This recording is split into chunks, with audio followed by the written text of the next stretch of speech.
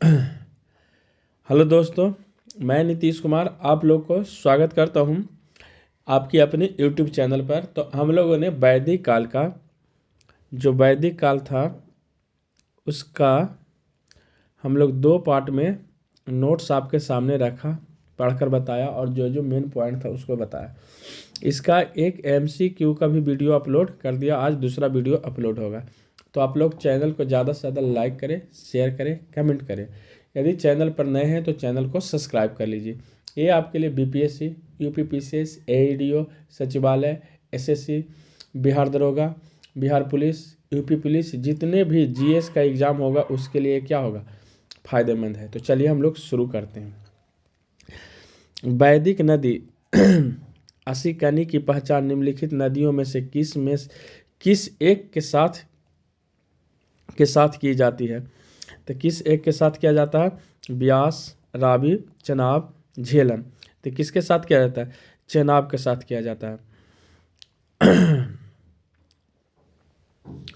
ऋग्वेद में निम्नलिखित किन नदियों का उल्लेख अफगानिस्तान के साथ आर्यों का संबंध सूचक है? असिकनी, परुशनी, कुंभा, क्रूम, विपाशा या सूत्रिद्री। तो इसका जो सही उत्तर होगा वह कुंभा होगा। क्या होगा? कुंभा होगा। ऋग्वेद में उल्लेखित कुंभा काबुल, कुमरू, कुरकम, गोमती, गोमल एवं सुबास्तु स्वात नदियां अफगानिस्तान में बहती थी। इन नदियों का उल्लेख स्पष्ट होता है कि आर्यों का अफगानिस्तान के साथ गहन संबंध है। ये होता है। वैदिक नदी कुंभा का स्थान कहाँ निर्धारित होना चाहिए? अफगानिस्तान, चीनी तुर्किस्तान में, कश्मीर में या पंजाब में। तो इसका जो सही उत्तर होगा अफगानिस्तान में। कहाँ? वैदिक नदी कुंभा का स्थान कहाँ निर्धारित होना चाहिए? तो अफगानिस्तान में इसका स्थान। सूची 1 को सूची 2 से सुमेलित कीजिए। सूचियों के नीचे दिए गए कूटों को सही उत्तर का चयन कीजिए। वैदिक नदियाँ आधुनिक नाम। कह रहा वैदिक नदियाँ आधुनिक नाम। कुंभा काबुल, परुशनी रावी, सदानीरा गंडक, सुतुद्री सतलज। ये इसका सही उत्तर होगा। तो यानी A, B, C और D। A का 2, B का 3, 3 का 1, D का 4। यही इसका सही उत्तर होगा। निम्नलिखित में से कौन सी प्रथा चतुष्टय वेदोत्तर काल में प्रचलित हुई थी? चतुष्टय वेदोत्तर काल में प्रचलित हुई। पहला है, क्या चीज़ है? पहला है धर्म, अर्थ, काम, मोक्ष। ब्राह्मण, क्षत्रिय, वैश्य, शूद्र। ब्रह्मचर्य, गृहस्थाश्रम, वानप्रस्थ, संन्यास, इंद्र, शूद्र, रुद्र, मरुस्त। इसका जो सही उत्तर दे रहा है A और C दोनों दे रहा है। इसका सही उत्तर A और C दोनों दे रहा है। देखिए A और C दोनों दे रहा है। कह रहा है कि चारों पुरुषार्थ धर्म, अर्थ, काम, मोक्ष की अवधारणा वैदिक काल में नहीं थी। मोक्ष की अवधारणा पहली बार उपनिषद से आई। उसी प्रकार आश्रम व्यवस्था, ब्रह्मचारी, गृहस्थ, वानप्रस्थ, संन्यास का प्रचलन वेदोत्तर काल में हुआ। आश्रम शब्द की व्युत्पत्ति श्रम धातु से हुई है।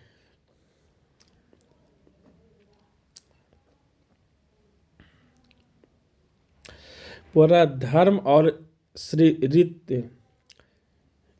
रीत भारत की पहचान वैदिक सभ्यता के एक केंद्रीय विचार को चित्रित करते हैं। इस संदर्भ में निम्नलिखित कथनों पर विचार कीजिए। धर्म व्यक्ति के दायित्वों एवं स्वयं तथा दूसरे के प्रति व्यक्तिगत कर्तव्यों की संकल्पना था। धर्म व्यक्ति के दायित्वों एवं स्वयं दूसरे के प्रति व्यक्तिगत कर्तव्यों की संकल्पना था। रीत मूलभूत नैतिक विधान था जो सृष्टि और उसमें अंतर्निहित सारे तत्वों के क्रियाकलापों को संचालित करता था। उपयुक्त में से कौन सा कथन सही है, कौन सा कथन गलत है? तो बोल रहा है कि जो धर्म है व्यक्ति के दायित्व और स्वयं दूसरों के प्रति व्यक्तिगत कर्तव्यों को संकल्पना था। ये सही है। रीत मूलभूत नैतिक विधान था जो सृष्टि और उसमें अंतर्हित सारे तत्वों के क्रियाकलापों को संचालित करता है। कौन सा कथन सही है, कौन सा? केवल 1, केवल 2, 1, 2, 3। इसका ये दोनों सही होगा। सही उत्तर कौन होगा? दोनों। भारतीय संस्कृति के अंतर्गत रीत का अर्थ क्या होता है? भारतीय संस्कृति के अंतर्गत रीत का अर्थ क्या होता है? प्राकृतिक नियम, कृत्रिम नियम, मानवीय नियम, सामाजिक नियम, या इनमें से? तो इसका जो सही उत्तर होगा प्राकृतिक नियम। भारतीय संस्कृति के अंतर्गत रीत का अर्थ होता है।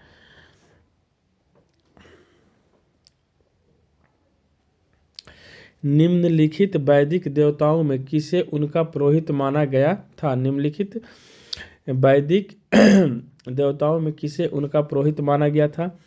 अग्नि, बृहस्पति और धौस और इंद्र। तो बृहस्पति को क्या माना गया था? पुरोहित माना गया था।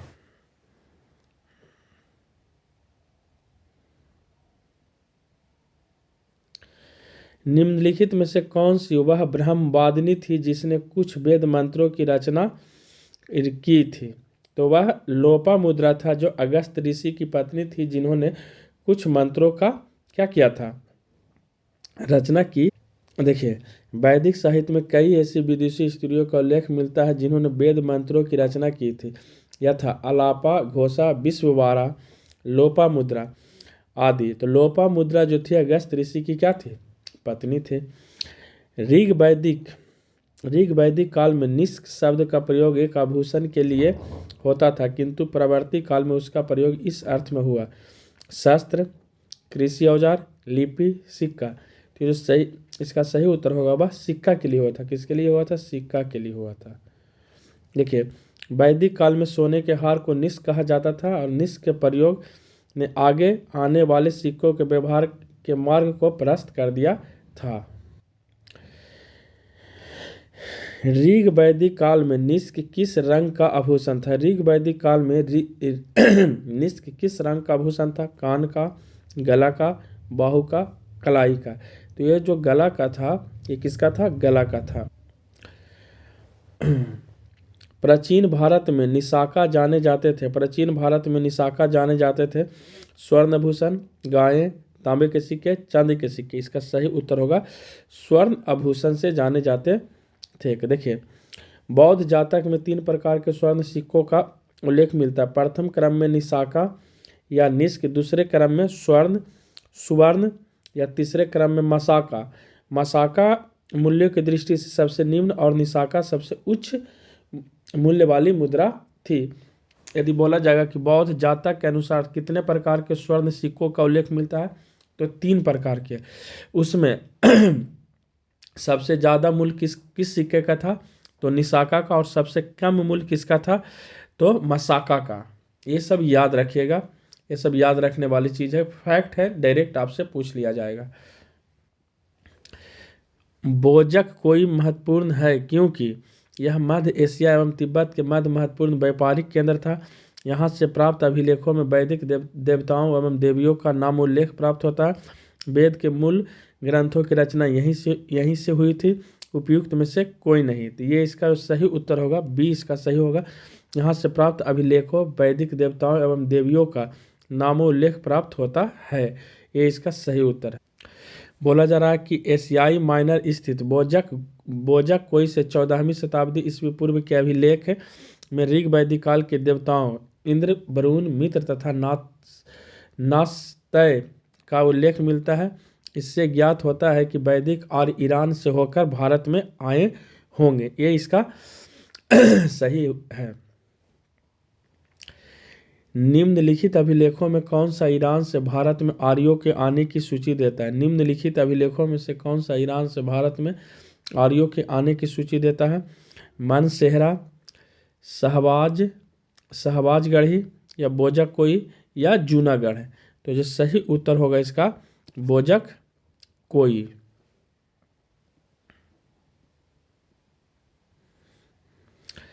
चौदहवीं शताब्दी ईस्वी पूर्व का एक अभिलेख जिसमें वैदिक देवताओं का वर्णन प्राप्त होता है उसको क्या कहा जाता है? प्राप्त हुआ था एक बटाना से, बेबीलोन से, बोजक कोई से, या बिसोटून से। तो इसका सही उत्तर होगा वह होगा बोजक कोई से प्राप्त हुआ था। निम्नलिखित में से किसने आर्यों के आदि देश के बारे में लिखा था? शंकराचार्य, एनी बेसेंट, विवेकानंद, बाल गंगाधर तिलक। इसका सही उत्तर होगा शंकराचार्य ने लिखा था। कौन? शंकराचार्य। बाल गंगाधर तिलक ने आर्यों के आदि देश के बारे में लिखा था। तिलक ने यह अरे यार, सही उत्तर बाल गंगाधर तिलक होगा, यह नहीं होगा। यह मत व्यक्त किया कि आर्यों का आदि देश उत्तरी ध्रुव या, किंतु तिलक का यह मत इतिहासकारों का मान नहीं था। इन्होंने लिखा, बाकी कुछ इतिहासकार इनकी मतों को नहीं मानते थे। किस ग्रंथ में पुरुष मेघ का उल्लेख हुआ है या वह है? कृष्ण यजुर्वेद, शुक्ल यजुर्वेद, शतपथ ब्राह्मण, पंचविंश ब्राह्मण। तो इसमें जो होगा ना, एक से अधिक होगा, इसलिए यहाँ पर क्वेश्चन के भी स्टार लगा दिया गया है। देखिए इसको पढ़ते हैं क्या करा। पुरुष में एक प्रमुख यज्ञ है। यहाँ शुक्ल यजुर्वेद के 30वें अध्याय, कृष्ण यजुर्वेद, शुक्ल यजुर्वेद के शतपथ ब्राह्मण या कृष्ण यजुर्वेद के तैत्तिरीय ब्राह्मण में वर्णित है। अतः प्रश्न के लिए दिए गए विकल्पों में तीनों मौजूद होने के कारण कोई उत्तर नहीं दिया जा सकता। यद्यपि अनेक इतिहासकारों ने केवल शतपथ ब्राह्मण की चर्चा करते समय उनमें पुरुष मेघ यज्ञ की चर्चा किया था। तो वही बोले ना, इसमें से एक से अधिक है, इसलिए इसका उत्तर में स्टार लगा। शतपथ ब्राह्मण में उल्लिखित राजा विदेह माधव से संबंधित ऋषि कौन थे? तो ऋषि भारद्वाज, ऋषि वशिष्ठ, ऋषि विश्वामित्र, ऋषि गौतम, राहुगना। तो इसका सही उत्तर होगा ऋषि गौतम राहुगना। आर्यों की पूर्व दिशा को और प्रसार के विषय में शतपथ ब्राह्मण में वर्णित विदेह माधव की आख्यायिकी उल्लेखनीय है। इसके अनुसार राजा विदेह मानव से संबंधित ऋषि गौतम राहुगण थे, राहुगना नहीं, राहुगण थे। उत्तर वैदिक काल में निम्नलिखित में से किनको आर्य संस्कृति का धूर समझा जाता था? बोला कि उत्तर वैदिक काल में निम्नलिखित में से किनको आर्य संस्कृति का धूर समझा जाता था? अंग, मगध, कौशल। पहला में है अंग और मगध, दूसरा में है कौशल और विदेह, तीसरा में है कुरु और पंचाल, चौथा में होगा मत्स्य और सूरसेन। इसका जो सही उत्तर होगा वह सी होगा। उत्तर वैदिक काल में नगरीकरण की प्रक्रिया आरंभ हो चुकी थी। कुरु, पंचाल इस समय के प्रमुख नगर बन गए थे तथा ये नगर उत्तर वैदिक सभ्यता के प्रमुख केंद्र या धुर हब थे। गोत्र शब्द का सर्वप्रथम उपयोग कहाँ हुआ था? तो यह आपको मैंने बताया था कि गोत्र शब्द का जो नोट्स पढ़ा रहे थे उसमें बताए थे कि ऋग्वेद में गोत्र शब्द का सर्वप्रथम प्रयोग हुआ था। ये देखिए, गोत्र शब्द का सर्वप्रथम उल्लेख ऋग्वेद में हुआ था। गोत्र शब्द का मूल अर्थ होता है गोष्ठ अथवा वह स्थान जहाँ समूचे कुल का गोधन पाला जाता है, क्या उसी को गोत्र कहा जाता है। पूर्व वैदिक 48 नंबर, पूर्व वैदिक आर्यों का संबंध मुख्यतः था। पूर्व वैदिक आर्यों का संबंध मुख्यतः था भक्ति से, मूर्ति पूजा, यज्ञ से, या प्राकृतिक पूजा और भक्ति। तो सही उत्तर इसका होगा प्राकृतिक पूजा। क्या होगा? प्राकृतिक पूजा और यज्ञ। ऋग्वेद काल में जनता निम्न में से मुख्यतः किसमें विश्वास करती थी? मूर्ति पूजा, एकेश्वरवाद, देवी पूजा, बलि एवं कर्मकांड। तो इसका जो सही उत्तर होगा बलि एवं कर्मकांड में जनता विश्वास करता था। ऋग्वैदिक काल में लोग प्रकृति की शक्तियों और वैदिक देवताओं एवं देवियों की प्रार्थना यज्ञ जिसमें बलि और कुछ कर्मकांड निहित थे में विश्वास करते थे। प्रसिद्ध 10 राजाओं का युद्ध किस नदी के तट पर लड़ा गया था?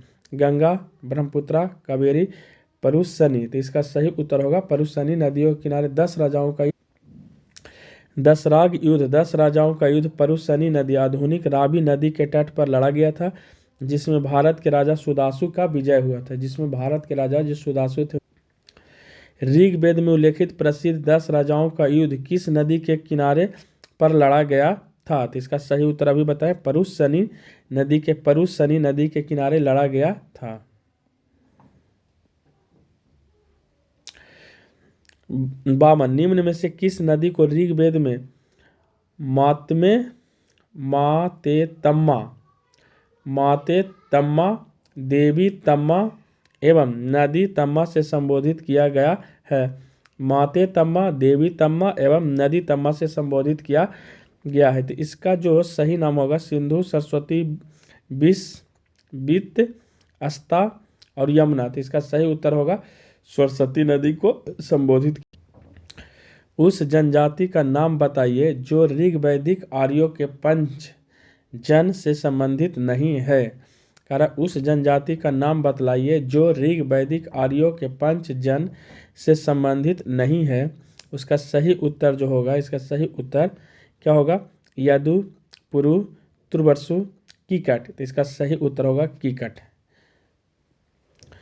प्राचीन काल में आर्यों के जीविका उपार्जन का मुख्य साधन क्या है? जीविकोपार्जन का मुख्य साधन क्या है? कृषि, शिकार, शिल्प कर्म, व्यापार। तो इसका सही उत्तर होगा 54 का ए, ऋग्वैदिक में उल्लेखित यव शब्द किस कृषि उत्पादन हेतु प्रयुक्त किया गया है? जौ, चना, चावल, गेहूं। सही उत्तर इसका होगा जौ। सूची 1 और सूची 1 और सूची 2 को सुमेलित कीजिए और नीचे दिए गए कूटों को सही उत्तर चुनिए। तो कह रहा है व्रीहि, मुदंग, यव, इच्छु। तो पहला का होगा व्रीहि चावल, मृदंग मूंग, यव जौ और इच्छु गन्ना। यही इसका सही उत्तर होगा। तो देखिए ए, बी, सी, डी क्या हो गया? ए का हो जाएगा 2, बी का हो जाएगा 3, सी का हो जाएगा 4 और डी का हो जाएगा 1। यही आपका सही उत्तर है। ऋग्वैदिक पनी किस वर्ग के नागरिक थे? ऋग्वैदिक पनी किस वर्ग के नागरिक थे? तो पुरोहित, लोहार, स्वर्णकार, व्यापारी। तो किस वर्ग के नागरिक थे? तो व्यापारी वर्ग के नागरिक थे। ऋग्वैदिक पनी किस वर्ग के नागरिक थे? व्यापारिक वर्ग। व्यापार वाणिज्य प्रधानता पनी लोग करते थे। ऋग्वैदिक में पनी शब्द का उल्लेख कई स्थानों पर हुआ। पनी ऋण देते थे तथा ब्याज बहुत अधिक लेते थे। उन्हें बेकनाट या सूदखोर कहा जाता था। वैदिक युग में प्रचलित लोकप्रिय शासन प्रणाली थी निरंकुश, प्रजातंत्र, गणतंत्र, वंश परंपरागत राजतंत्र। तो इसका जो सही उत्तर होगा वह निरंकुश इसका सही उत्तर होगा। निरंकुश नहीं जी, वंश परंपरागत राजतंत्र। देखिए वैदिक काल में प्रचलित लोकप्रिय शासन प्रणाली वंश परंपरागत राजतंत्र प्रचलित प्रणाली थी। यद्यपि जनता द्वारा चुनाव के भी कुछ उदाहरण मिलते हैं। वंश परंपरागत जैसे कहने का मतलब यदि राजा है तो राजा मर रहा तो उसका बेटा बनेगा, चाहे बड़ा वाला बने या छोटा वाला बने या पगला रहे, एक ही है। यदि पगला है तो वही बनेगा। लेकिन कुछ जो जनता द्वारा चुने गए उदाहरण भी मिलते हैं। कुछ जो है जो जनता ने चुना था उसके भी उदाहरण मिलते हैं। निरंकुश जिस पर कोई अंकुश नहीं, यदि वो कह दिया इसको फांसी देना है तो देना है। जैसे महेशमती में बोलती है ना वो शिवगामी देवी, वचन ही मेरा शासन है। मतलब हम कह दिए क्या कि कहने का मतलब वो कहती है कि रात में आज हम सपना सोचे हैं कि देवसेना के शादी किससे होगा? भल्लाल देव से होगा, तो भल्लाल देव से ही होगा। देवसेना का कोई बातों का महत्व नहीं है। देवसेना कहेगी क्या कि हम बाहुबली से प्यार करते हैं, हम अपनी बातों को रखना चाहते तो नहीं, मेरा वचन ही क्या है? शासन है। तो मान लीजिए तो वही सब क्या हुआ? निरंकुश शासन, कि मेरा वचन मैंने जो हमारे मुंह से निकल गया उसका पालन करना होगा। तो ये सब क्या होता है? निरंकुश शासन होता है। जो जार का शासक था, जो ये सब क्या था? फ्रांस की क्रांति में था, जो बुर्बो राजवंश का था, ये सब क्या था? निरंकुश शासक था। वैदिक युगीन सभा गांवों के व्यापारी लोगों की संस्था थी। राज दरबार में होता था। मंत्री परिषद में राज्य के समस्त लोगों की एक राष्ट्रीय सभा। इसका आंसर सी होगा। वैदिक काल में सभा एवं समिति नामक की 2 संस्थाएं राजा की निरंकुशता पर नियंत्रण रखती थी। संभवतः सभा कुलीन या वृद्ध मनुष्यों की संस्था थी जिसमें उच्च कुल में उत्पन्न व्यक्ति ही भाग ले सकते थे। किस वेद में सभा और समिति को प्रजापति की दो पुत्रियां कहा गया है? करा किस वेद में सभा और समिति को प्रजापति की दो पुत्रियों कहा गया है? ऋग्वेद, सामवेद, यजुर्वेद, अर्थवेद। इसका सही उत्तर होगा अर्थवेद में सभा और समिति को प्रजापति की दो पुत्रियां कहा गया है। अर्थवेद में सभा और समिति को प्रजापति की दो पुत्रियां कहा गया है। मनु किसको? सभा और समिति को प्रजापति की दो पुत्रियां कहा गया है। तो चलिए हम लोग इसको आज समाप्त करते हैं और 60 तक हो गया है और 95 क्वेश्चन पूरा है। अब जो भी क्वेश्चन बचेगा उसको हम अगले वीडियो में लेकर आएंगे। तब तक आप लोग वीडियो को ज़्यादा से ज़्यादा लाइक, शेयर, सब्सक्राइब कर ले और चैनल पर नए हैं तो चैनल को कमेंट कर दे, चैनल को सब्सक्राइब कर ले और कमेंट करके बताइए कि और किस किस चीज़ का हम पूर्वावलोकन आपके लिए लाएँ, आपके लिए फ़ायदेमंद होगा। तो चलिए हम लोग अगले वीडियो में मिलते हैं। रात को 8 बजे का वीडियो अपलोड होगा। तब तक के लिए जय हिंद, वंदे मातरम।